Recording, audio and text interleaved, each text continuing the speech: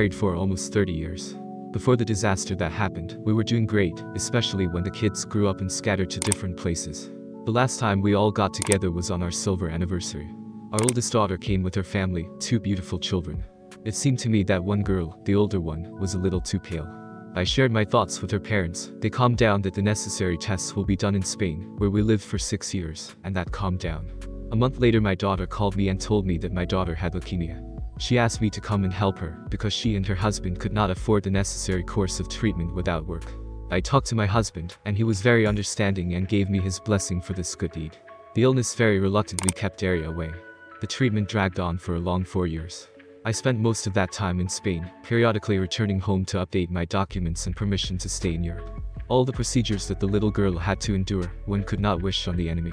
She patiently lay under IVs, endured the nausea after chemotherapy, didn't cringe, but asked the question every day, when will I be cured? The sight of her big gray eyes brought tears to my eyes, but I had to hold on, and I promised Daria that soon when I arrived home, I noticed that my husband didn't treat me with the warmth and attention he used to. There was no time to sort things out. After a month or so I flew back to Spain to visit my granddaughter. Dashinka was able to beat the disease, and go to normal school, though on some simplified curriculum, while she will gain strength after treatment. I sighed with relief, happy for the child, and went home. And there was an unpleasant surprise waiting for me. My husband told me without much ado that he wanted to divorce me because he had found another woman.